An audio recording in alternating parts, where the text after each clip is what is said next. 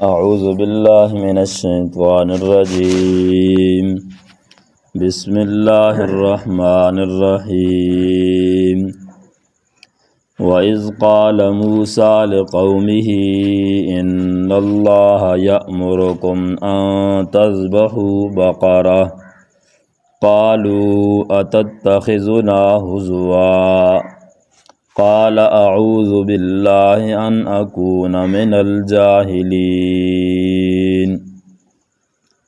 وَإِذْ قَالَ مُوسَىٰ، اور جب فرمایا موسیٰ علیہ السلام نے لقومہ اپنی قوم سے، ان اللہ یأمرکم، بے شک اللہ حکم دیتا ہے تمہیں، ان تذبحوا، یہ کہ تم ذبح کرو، بقرہ، ایک گائے۔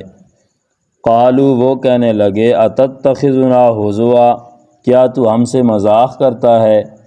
قال، موسیٰ علیہ السلام نے فرمایا، اعوذ باللہ، اللہ کی پناہ، ان اکونا، اس بات سے کہ میں ہو جاؤں، من الجاہلین، نادانوں میں سے، مذاق کرنے والوں میں سے۔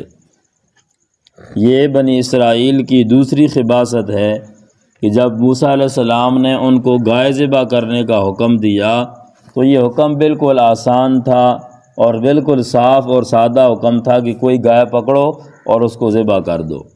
انہوں نے آگے سے حیل و حجت شروع کر دی اور کھریدنا شروع کر دیا بھی کیسی گائے ہو، رنگ کیسا ہو، عمر کیسی ہو، اور کام کاج کرتی ہو یا نہ کرتی ہو، تو یہ سوالات کرنے شروع کر دیے۔ سختی کی تو اللہ نے بھی پھر ان پر سختی کی، پھر خاص قسم کی گائے ان پر لازم کر دی، تو یہ ان کی دوسری خباثت ہے۔ اب گائے ذبح کرنے کا حکم کیوں دیا گیا، اس کی وجہ کیا تھی؟ تو پہلا یہ عقیدہ مصر سے منتقل ہوا۔ مصر والے کہتے تھے کہ آسمان میں بہت سارے ستارے ہیں، بہت سارے برج ہیں، ان میں سے ایک برج ہے بیل کا، برج ثور، ایک بیل والا اور گائے والا برج ہے۔ جب وہ ظاہر ہوتا ہے تو اس وقت فصلیں اور پھل پک جاتے ہیں۔ تو مصر والے کہنے لگے کہ اس برج کی اور اس ستارے کی تاثیر ہے فصل کے پکنے میں اور پھلوں کے پکنے میں، اس کی تاثیر ہے۔ تو انہوں نے اس ستارے کی عبادت شروع کر دی۔ پھر اس ستارہ کا جو سایہ تھا اور اس کی شکل تھی گائے اور بیل، اس کی عبادت شروع کر دی، اور یہ عقیدہ یعقوب علیہ السلام کے زمانہ کے جو صائبین تھے مصر میں، ان میں تھا۔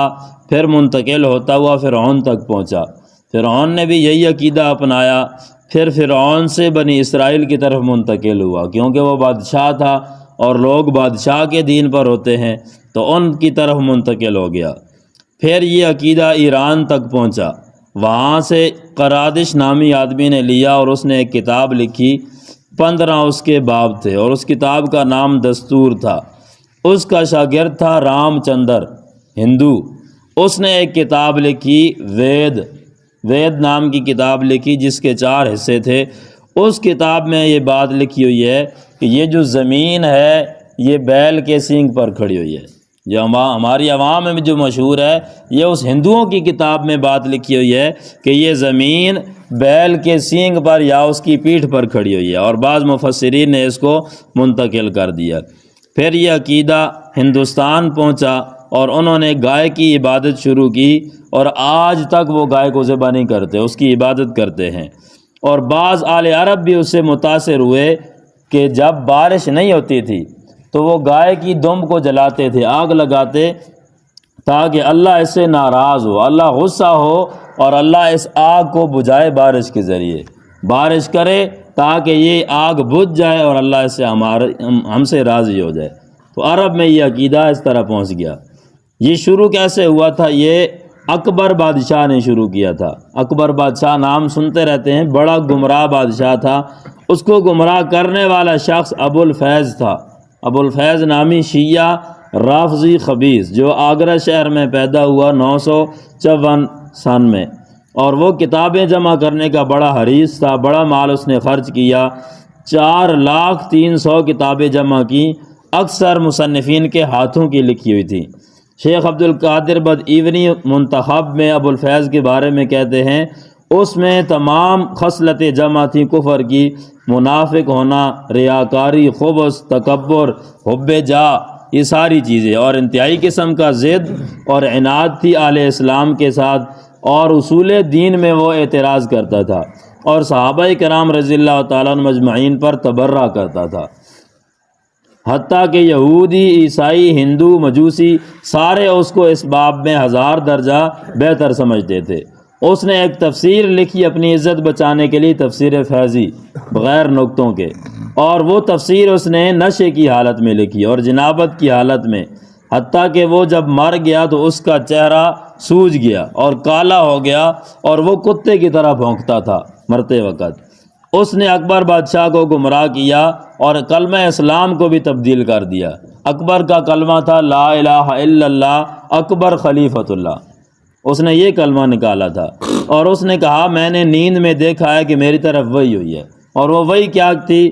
یا ایھا البشر لا تذبح البقر، اے انسان گائے ذبح نہ کرنا، ان تذبح البقر فمأواکم السقر، اگر گائے ذبح کی تو جہنم میں جاؤ گے۔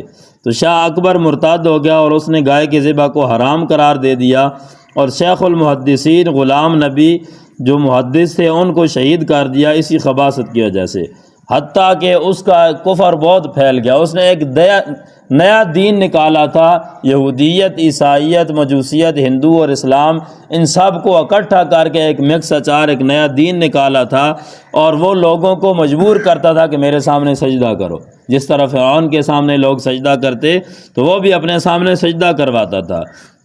تو شیخ احمد سرہندی مجدد الف ثانی رحمۃ اللہ علیہ 12ویں صدی کے مجدد، وہ آئے تو انہوں نے صاف اعلان کیا اللہ کے سوا کسی کو تعظیمی سجدہ کرنا بھی حرام ہے، اور گائے کے ذبح کرنے کا حکم دیا۔ اور واقعہ وہ مشہور ہے، آپ نے سنا ہوا ہے کہ اس نے جب بلایا اکبر بادشاہ نے شیخ احمد سرہندی رحمہ اللہ کو، بھئی میرے پاس آؤ، تو اس کا خیال تھا کہ یہ آئیں گے سجدہ نہیں کریں گے تو میں ان کو سزا دوں گا یا جیل میں ڈال دوں گا، تو سجدہ کر کے آئیں گے۔ دروازہ بھی چھوٹا رکھا، تو وہ جب آئے بغیر سجدہ کرنے کے بجائے ٹانگیں اس کی طرف کر دی اور اس کے سامنے چلے گئے، پھر اس نے ان کو جیل میں ڈال دیا۔ تو انہوں نے آ کر اس کا قلعہ کما کیا اور اس کی مخالفت کی۔ یہ لکھا ساری تفصیل نیل السائرین فی طبقات المفسرین، شیخ محمد طاہر رحمہ اللہ کی کتاب میں ہے۔ گائے کے ذبح کرنے میں حکمت کیا تھی؟ پہلا قول یہ ہے کہ ایک آدمی قتل ہو گیا، جس طرح آگے واقعہ آ رہا ہے کہ ایک آدمی بڑا مالدار تھا، اس کے چچا کے بھائی جو تھے، چچا کے بیٹے، انہوں نے اس کو قتل کر دیا تھا، مال کی وجہ سے یا کسی شادی وغیرہ کی وجہ سے قتل کر دیا۔ تو اب صبح شور مچا دیا، خود ہی رات کو قتل کر دیا اور صبح خود شور مچانے لگے بھی قاتل کون ہے۔ موسیٰ علیہ السلام کے پاس آئے، موسیٰ علیہ السلام نے اللہ سے پوچھا، اللہ نے کہا بھی ان کو گائے ذبح کرنے کا حکم دو، گائے ذبح کریں گے، پھر اس کا ایک حصہ اس مقتول کے ساتھ لگائیں گے، یہ زندہ ہو کر اپنا قاتل بتا دے گا۔ تو یہ واقعہ ہے گائے کی ذبح کرنے کا، لیکن یہ کئی وجوہ سے صحیح نہیں ہے۔ پہلا یہ کہ گائے ذبح کرنے کا حکم اور واقعہ یہ قرآن میں پہلے ہے، اور میت کا جو واقعہ ہے وہ بعد میں آ رہا ہے، تو یہ ترتیب کے خلاف ہو جاتا ہے، قرآن کی ترتیب کے۔ اور دوسری بات یہ ہے، روایات میں آتا ہے گائے ذبح کرنے میں ان کو 40 سال لگ گئے تھے، تو 40 سال تک میت کا بے گور و کفن پڑے رہنا، یہ کچھ عقل اور قیاس کے خلاف ہے، اس میں سمجھ نہیں آتی۔ اور تیسری بات یہ ہے کہ اللہ تعالیٰ نے جو میت کا واقعہ اس کو لفظ اذ کے ساتھ نقل کیا ہے، وَإِذْ قَتَلْتُمْ نَفْسًا، اور یہ واقعہ بھی وَإِذْ قَالَ کے ساتھ ہے۔ یہ وَإِذْ کے ساتھ جتنے واقعات ہیں یہ مستقل ہونے پر دلالت کرتے ہیں، جیسے آدم علیہ السلام کا واقعہ بھی وَإِذْ قَالَ کے ساتھ ہے، یہ بھی وَإِذْ ہے، آگے بھی وَإِذْ کے ساتھ آ رہا ہے۔ اور سب سے بڑی وجہ یہ ہے کہ اس طرح کرنے میں ان کے دل میں گائے کی اور عظمت پیدا ہو جاتی۔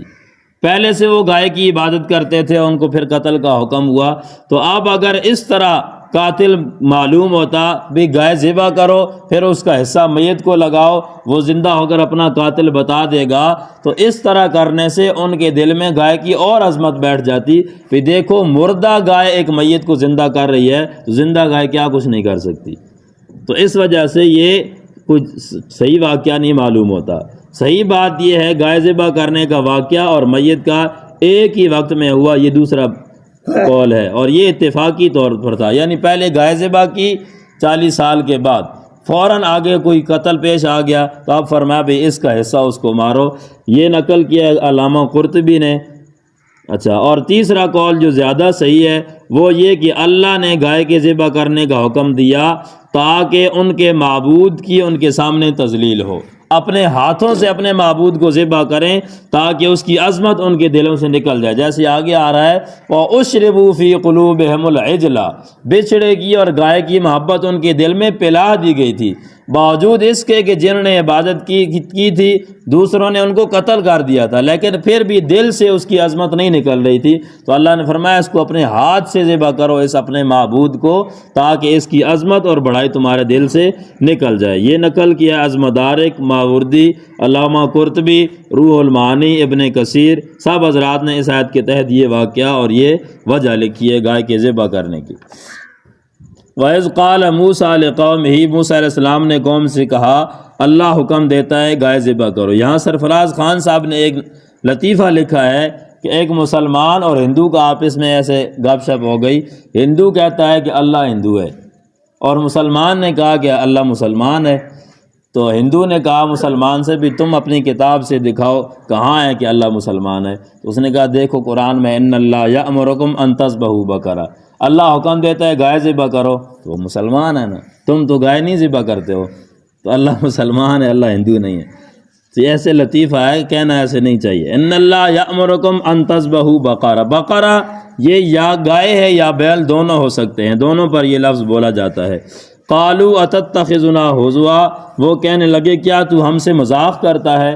یہ مذاق اگر پہلا قول ہو جو گائے کے ذبح کرنے کا بھی قاتل معلوم کرنے کے لیے فرمایا گائے ذبح کرو، تو اب معنی یہ ہوگا اتتخذنا ہزوا، تو ہم سے مذاق کرتا ہے۔ یہ کون سا طریقہ ہے قاتل کی تفتیش کا اور قاتل معلوم کرنے کا؟ بھئی گائے ذبح کرو، ہم کہہ رہے ہیں قاتل بتاؤ کون ہے، آپ کہتے ہو گائے ذبح کرو، تو یہ تو مذاق کر رہے ہو، تتخذنا ہزوا، کیا ہم سے مذاق کرتے ہو؟ اور اگر دوسرا قول ہو کہ گائے کو ذبح کرنے کا حکم اس لیے کہ ان کے دلوں میں اس کی عظمت نکل جائے، تو وہ ان کے دلوں میں چونکہ گائے کی عظمت تھی تو وہ کہنے لگے بھی اتنی محترم چیز اور اتنی معظم چیز تو ہمیں اس کے ذبح کرنے کا حکم دیتا ہے، یہ مذاق کر رہا ہے تو ہم سے، تو یہ مذاق ہے، ہم اتنے بڑے معبود اپنا جو ہے یا اتنی بڑی اللہ کا سایہ اس کو ہم کیسے ذبح کریں؟ تو یہ تو ہم سے مذاق کر رہے ہیں، کوئی سچی بات نہیں کر رہا۔ قال موسیٰ علیہ السلام نے فرمایا اعوذ باللہ ان اکون من الجاہلین، میں اللہ کی پناہ مانگتا ہوں اس بات سے کہ میں نادانوں میں سے ہو جاؤں۔ ایسی مذاق کرنا اللہ کے بارے میں یہ جاہلوں کا کام ہے، میں نہیں مذاق کرتا۔ قالوا ادع لنا ربک، بنی اسرائیل کی خباثت، وہ کہنے لگے ادع لنا ربک، اپنے رب سے درخواست کر، یبین لنا ما ہی، وہ بیان کرے ہمارے لیے کہ وہ گائے کیسی ہے، یعنی اس کی عمر کیا ہے۔ قال موسیٰ علیہ السلام نے فرمایا اللہ فرماتا ہے انہا بقرہ، وہ ایک ایسی گائے ہے لا فارض ولا بکر، نہ بہت چھوٹی ہے اور نہ بہت بوڑھی ہے، عوان بین ذالک، بلکہ ان دونوں کے درمیان جوان ہے، فافعلوا ما تؤمرون، پس کر گزرو جس کا تمہیں حکم دیا گیا ہے، اب سختی نہ کرو ورنہ اللہ تم پر سختی کر دے گا، بس کر گزرو۔